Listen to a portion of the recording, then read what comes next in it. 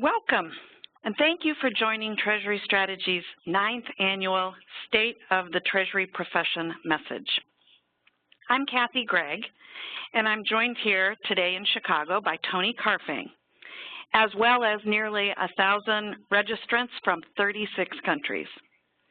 As many of you know, Treasury Strategies is a consulting firm that specializes in treasury, payments, and liquidity for the large corporate marketplace and banks. And as we have done every January for the past several years, we've assembled our thoughts about where we see Treasury heading in 2015 in order to help our clients be more successful this year. Just a quick housekeeping note, everyone who's registered for the webinar will receive a copy of the slides and a link to the recording within 48 hours. And if you have questions, we won't be answering them live today, but you're welcome to submit them in the bottom right-hand corner of your screen, and we'll answer them after the webinar is over. So for today's agenda, we're going to start with a quick recap of the last couple of years and the environment that we find ourselves in now.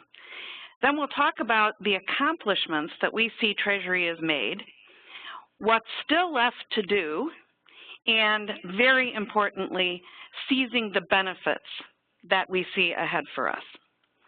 So let's do a quick review of the last couple of years, what we've prognosticated, what we thought our themes were. In 2012, those of us in Treasury, I think, were worn out at this stage. The recovery just had its way with us. It felt like we were sitting in the back seat of a very long car trip, and we just kept asking ourselves, are we there yet?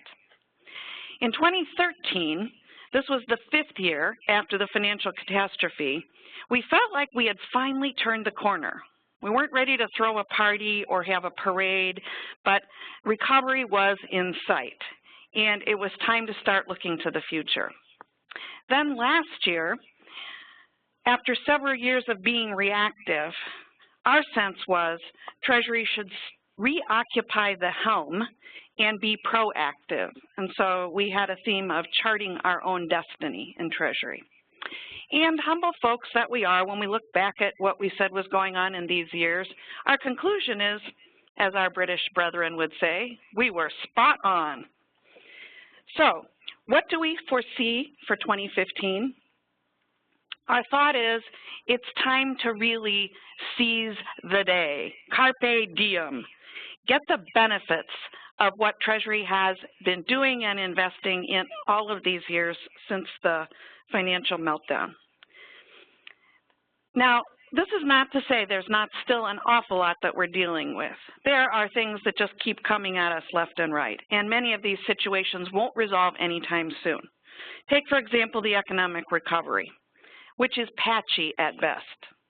The U.S. and North America are kind of slogging along at 3%-ish kind of recovery, but on the other hand, you have Europe, which may be on the brink of deflation. You've got Russia imploding. And then, of course, there's China, still growing, but having slowed considerably, except nobody really knows how much. Then you've got some things we call hangover items that are related to the patchy economic recovery. And one of those issues is global interest rates, which, if nothing else, look like a patchwork quilt around the world. Another one of these hangover items is that in the U.S., we have to be thinking about what's going to happen when quantitative easing finally is reversed. What kind of debris and garbage is going to be left behind when the floodwaters recede? In Europe, now we see the European Central Bank stepping back in with asset purchases after they'd been out.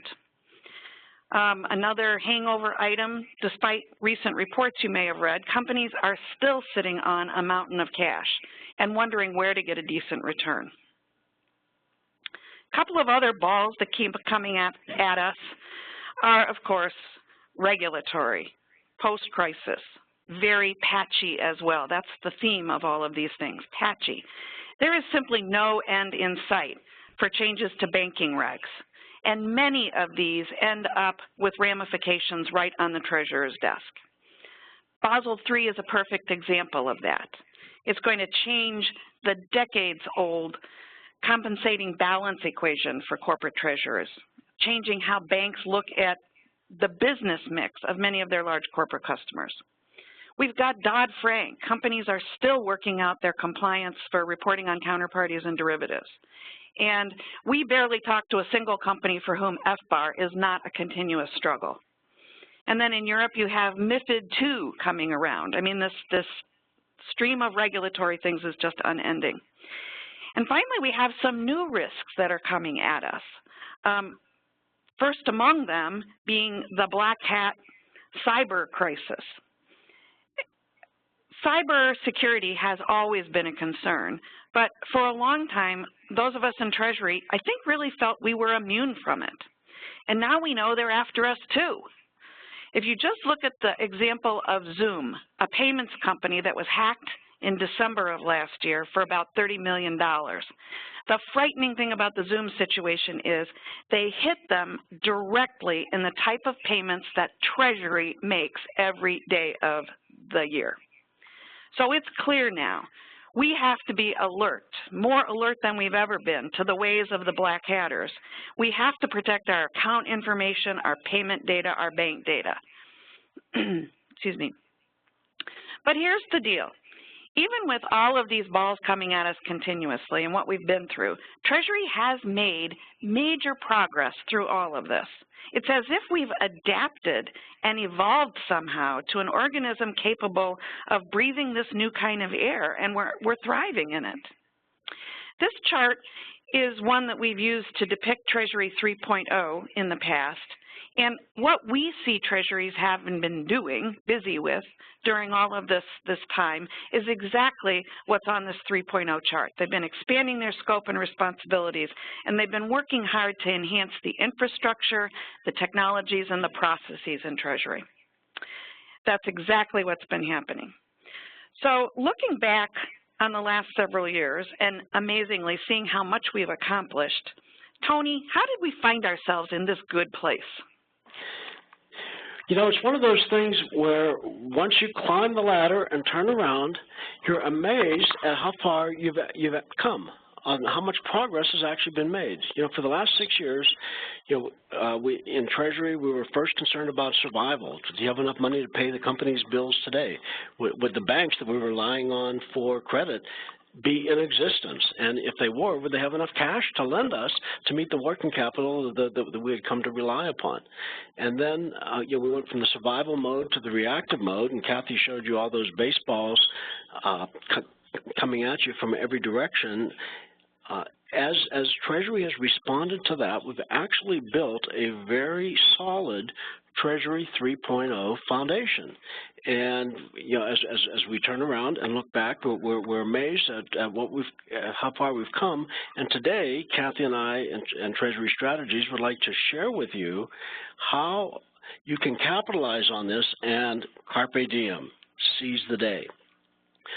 Several years ago, actually it was before the financial crisis, Treasury Strategies introduced its vision of the next generation of Treasury management, which we called Treasury 3.0. And that concept was the Treasury is centrally positioned and organizationally and technologically empowered to become the financial nerve center of the firm. I'm sure many of you remember that old ancient debate about whether Treasury should be a profit center or a cost center, and we stepped in and we said neither. Treasury is a value creation center. And the concept of Treasury 3.0, one of expanding the strategic scope of responsibility supported by stronger infrastructure and technology and processes, was the way to develop that value creation center. We believe that most companies are about 60% of the way along in the pursuit of that articulated Treasury 3.0 vision. Ironically, the financial crisis actually spurred this along. Now, you may think it cut budgets and headcounts and everything, and things were pretty miserable, but in fact, it also created the impetus for Treasury to expand in terms of scope and responsibility. We have many clients who relate to us that prior to that fateful September of 2008, the CEO didn't know that person's name, and the following day began a series of daily phone calls to update the CEO on the company's cash balances. More importantly, the Treasury function got the authority within the organization to get the job done, to go out and find the balances, to go out and control the bank accounts, to go out and put in parameters that most treasurers, prior to the financial crisis, could simply lobby for, but after the financial crisis had the authority to actually execute. Technology budgets opened up. It became apparent that solid technology would be the key to supporting the company's liquidity needs throughout the crisis. So as we look at the expanded scope within the Treasurer's office, we see a couple of things here. First of all, things that help corporate treasury improve cash visibility have been supported. Prior to the crisis, in a Treasury 2.0 environment, most companies did a very good job of getting 80 to 85% of their balances, bank balance information and investment information on a same-day basis, and the remaining 15 or 20% came in some form or another by month end. Today, the standard is 99%, same day. And like you saw the lady looking back on the ladder before, it's hard to remember when 80% cash visibility was considered a best practice, yet it was only a few years ago. Expanded scope in terms of cash forecasting. Treasurers now have the authority to reach deeper into the organization to grab the data that you need to do much better and much more granular cash forecasts. Treasurers now have a much bigger say in the construction of the firm's balance sheet. Liquidity management and access to capital are simply two examples of areas where treasurers in the past provided input at the margins, but today are driving. And then finally, compliance reporting. The payments flow through you. You have the data necessary to comply with all the consumer financial regulations that have come out, some of the capital requirements and derivative regulations that have come out. All of that now fits in the Treasury domain. So that's the expanded scope. Similarly, you're now supported by much stronger infrastructure. The current versions of Treasury management systems are much more sophisticated than even the versions of 3 or 4 years ago, and certainly a light year beyond what they were back in 2006 and 2007. Budgets have opened up, and you've taken advantage of this and have become much more sophisticated. You put in place payment factories, which gives you centralized control and the opportunity to impose strategically thought out decision rules and also improve your operational efficiency. ERP systems are much more fully integrated, and Treasury is much more fully integrated across the company's back-end information about supply chain, inventories, working capital. Cross-company integration has happened, and that there have been a plethora of new payment mechanisms introduced. When we first introduced the concept of 3.0, that was before apps were invented. And now a lot of what we do happens on apps. Many of the current payment mechanisms, you can throw in Bitcoin as an alternative currency or whatever, didn't even exist back at the time of the financial crisis, but are now things that you need to deal with. And I think most importantly in terms of payment mechanisms, companies are beginning to understand that the way customers make payments is part of the overall customer experience, which actually has payments strategically or significantly embedded inside of the company's product structure. So with all this together, you've now laid the foundation and for this value creation center. We're perhaps 60% of the way up the curve to getting toward 3.0, and now Kathy will tell us what we need to do to get the rest of the way there. So we've got this building image. You know, it's 60% done. There's 40% left to do. Is everybody at 60%? Well, no. Some of the companies we work with aren't at 60%. And I thought I'd review just some of the most common gaps we see people still needing to address that haven't reached that level. First on the list is finish that tech implementation. Almost everybody that goes through a technology project ends up with something in phase 2. And do we get around to phase 2? Okay, well, that's one of the things that needs to be on the list. Some things may have been pushed to phase 2 that represent functionality you now need. Maybe you need long-haul hedge accounting, or you need to get the FX module in place. You need to get the debt module in place. Some things may not have been able to be addressed when you first did your tech implementation because there wasn't a module for it. There wasn't an EBAM module or a BAM module, bank account management module. Maybe there wasn't anything really decent for FBAR or for forecasting, but now you could consider looking for a bolt-on for those. So finish the tech implementation. And by the way, if you're on a system that's like kind of old, maybe it's time to replace it as part of getting that 60%. Second thing would be eye on data security. Your first line of defense in Treasury is internal. Your access control and the things people in Treasury are taught to do to avoid phishing and social engineering. Their defenses against those things. Your second line of security is making sure your data and payments information is secure while it's traveling, while it's in flight. And finally, that your data and payments information is secure while it's outside your company. It's probably very secure at your banks, but sometimes it takes a rest at the service bureau or in the cloud. So there's work to do on data security. We have a lot of new thinking on this. Your policies and procedures, even though that's sort of a low-level activity when we're talking about things so strategic, it's easy to kind of ignore them. They can't be slapdash. They have to be buttoned down and documented, and you need to know that they're what the company needs at this stage. And finally, lots of companies still have a little bit of dusting and cleaning to do in the payments and liquidity area.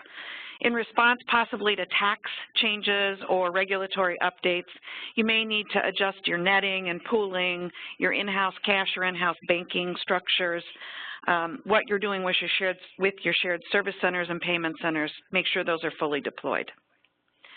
So what about the remaining 40%? What do the things look like for somebody that is ready to tackle those? Well, those are really exciting and interesting. There are things like more sophisticated, comprehensive, timely dashboards. These things, if they're done really well, they let you focus on things that are more strategic, let you be more well-informed and up-to-date in a world that is obviously much more real-time than it used to be. Another part of the 40% is more powerful analytic tools and data mining. We have one customer, for example, who has put Cognos on top of its treasury management system and is doing some very sophisticated reconciliation analysis and data analysis through the Cognos tool. So that's an example. In the early days of Treasury, we were happy to have data. For the last couple of decades, we've been having information. And now what we're looking for is intelligence. You once asked questions of the data. Now we want the data to tell us what questions to ask. Another thing in the 40% is better integration, more integration with external data. Just imagine the power you would have with more powerful analytic tools if you were access to all sorts of additional data like macroeconomic data, microeconomic data, information about interest rates, FX movements, commodity prices, raw material prices, etc. You'd be able to much better correlate internal, external information, have a much more robust view of things that may be strategic for your company at that level. You can also imagine in the final 40%, much better integration with the business units, closer to the action of the business that your company actually conducts. being plugged into information coming out of the supply chain, the inventory management system, your raw materials management, giving you a chance to have an earlier view of trends and opportunities, and at a forest level view as opposed to down on the ground, which is where your business units may be operating. One of the strategic benefits the Treasury might be able to provide is that high level view. We also have more sophisticated decision rules available and possible now. Used to be single variable, single decision types of actions, like if my balances exceed $1 million, put them in a sweep. But now you can have multivariable, multi-action decision rules. And these decision rules can even notify you when it's time to look at something. So when are my cash levels in a certain region of the globe dipping below a level that's precarious? When are certain exchange rates moving out of a set boundary and I need to take a look at that? When are we close to hitting an important loan covenant? You also have banking changes. I mentioned this earlier, global banking changes to consider. There's going to be fallout from Basel III for many companies. And dealing with this is going to be an important issue, because when banks change their view of what kind of balances are most valuable and what kind of operating business is necessary to convey that value, it's going to change a decades-old dynamic of relationship value. And obviously, if my relationships increase or decrease in importance to my banks, that's going to ripple through to my banking decisions. And finally, organizationally, once what we needed in Treasury was really good spreadsheet jockeys and very detailed-oriented analysts. Now what we're going to need is tech-savvy people and people that can support this more sophisticated analysis and strategic activities. So with this view of the 40%, Tony, let's talk about the benefits of achieving it. And to get those benefits, we need a strategy. The key elements begin with understanding your own company's strategy, the strategy at the corporate level. What does the company plan to do 2 years out and 5 years out? Which new geographies or jurisdictions will you be dealing in? Which new currencies? Will you be in more capital-intensive businesses or capital-light businesses? Will your new cash flows be more wholesale-oriented or retail-oriented? Perhaps indicating what kinds of different payment mechanisms and balance sheet structures and things that you might need. So when you understand how your corporate strategy impacts those variables, then you develop a Treasury strategy to help your company achieve its strategic goals, and at the same time, we're seizing the day-to-day and getting the benefits. Some of the questions that you would answer in your own Treasury strategy, and this is what we do with our clients every day, is how do we support the corporate strategy? What kind of people do we need? How many? What levels? Where? What kind of technology do we need? Are we going to be in jurisdictions that can or cannot be supported by our current Treasury management systems or ERPs? Are there new regulations that will limit what we can or can't do, or enable us to do things that we're not currently doing? What kind of governance do we need to support this strategy? What kind of organization do we need in the Treasury function, and how should the members of that organization be empowered? What should their authority levels be?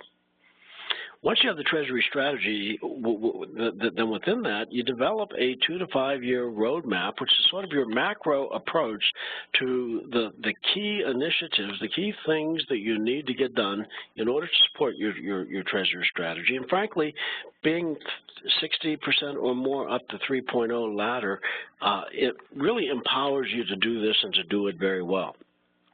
And then finally, develop project plans for each of the key items in the roadmap. So to put it in a nutshell, the way to get strategically aligned and have Treasury 3.0 empower you to do that is first, number one, understand the strategy of your company. Number two, develop a Treasury strategy which supports that. Number three, within that Treasury strategy, a roadmap for the key items and the key activities that you need to achieve. And then finally, number four, project plans for actually going about and doing that. Now, as we were preparing for this State of the Treasury Profession message, we actually polled about 250 of you about what your top issues and priorities were for 2014. And it's kind of an interesting list. I don't want to delve too deeply into it, but there are a couple of observations. The key issues that kept coming up over and over again included cash forecasting, financial risk management and foreign exchange, Treasury organization, staffing and skill levels were very high on the list, Treasury technology, bank relationship management, as Kathy talked about the implications of Basel III, that has really moved this up to the list. Short-term investments, particularly a concern now that in the U.S. money funds are facing new regulations, and around the rest of the world new regulations are still pending, and operational efficiency. Now, when we look at these issues, it's kind of interesting because some of these are perennials. They're on the list every year. Some are strategic, some are operational. And just in terms of these things that are on the list every year, let me tell you the mantra of some of the senior consultants here at Treasury Strategies, which is that every successful project has two and only two phases. Phase one is begin. Phase two is everything else. And the fact that we have perennials keep coming up on the list means that there are some phase one challenges here. And if you're challenged, please talk to your peers, talk to us at Treasury Strategies. We can help you through that.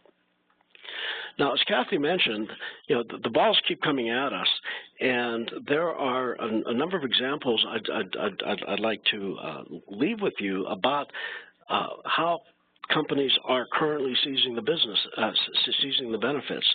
One of the first that comes to mind is the Swiss revaluation, the Swiss franc, 2 weeks ago. Most of our clients were able to assess their situation and take action within minutes or hours of the announcement of the revaluation, not days, minutes or hours. And if you think about this, before the financial crisis, before you moved to 3.0, it would take a week just to gather the data to begin the analysis. So this is a way of substantially reducing risk. Many of you are concerned about negative interest rates in Europe and possibly elsewhere in the world. And can you negotiate those rates? Well, frankly, with the solid 3.0 foundation that you already have in place, knowing your cash flows, knowing the timing of your critical cash movements, certainly empowers you to do to take advantage of the situation and perhaps reduce interest expense. The economic uncertainty that we're all facing can be supported by 3.0 at this point. You now have the tools available to stress test your balance sheet under different economic scenarios and optimize your capital structure. That leads to lower cost of capital. Most of you invest in money market mutual funds as an important source of liquidity, and with the technology that you have in place, coupled with some things that are currently being developed, it should actually be relatively easy to support a fluctuating net asset value money market fund, something that we thought even 2 and 3 years ago would be very difficult. This will lower your conversion cost and improve your compliance. The rich payments data that now sit in your Treasury systems are ripe for data mining and ripe for understanding what supply chain finance opportunities might be, dynamic discount opportunities. So as you can see, just in this handful of examples, you're now empowered to seize the day. Many of these balls that are coming at you, these things that are coming in every direction every day, now become things that are simply part of a day's work, and your Treasury function is much more empowered to handle that. So now that we know you can handle that, Kathy, what can our listeners do right now? So Tony, I think what we're suggesting here is that if you still have some things left on your first 60%, you pull those together and get them done, and then you finish off the building by looking towards those powerful analytic, integration, and decision support tools. And then move on to building a strategy for your Treasury and seizing the benefits of all the advances that we've made. I would suggest when this call is over, just take a couple of minutes and write down the best 1 or 2 ideas you had while listening. And think about how those could possibly help make 2015 the year that you carpe the diem. We invite you to give us a call to talk about this. That's why Treasury Strategies exist, is to help you get these benefits. Or use the right-hand corner of your screen and ask us to call you. Thank you again for joining us today. We hope you have the best Treasury year ever. And Tony and I both look forward to hearing from you.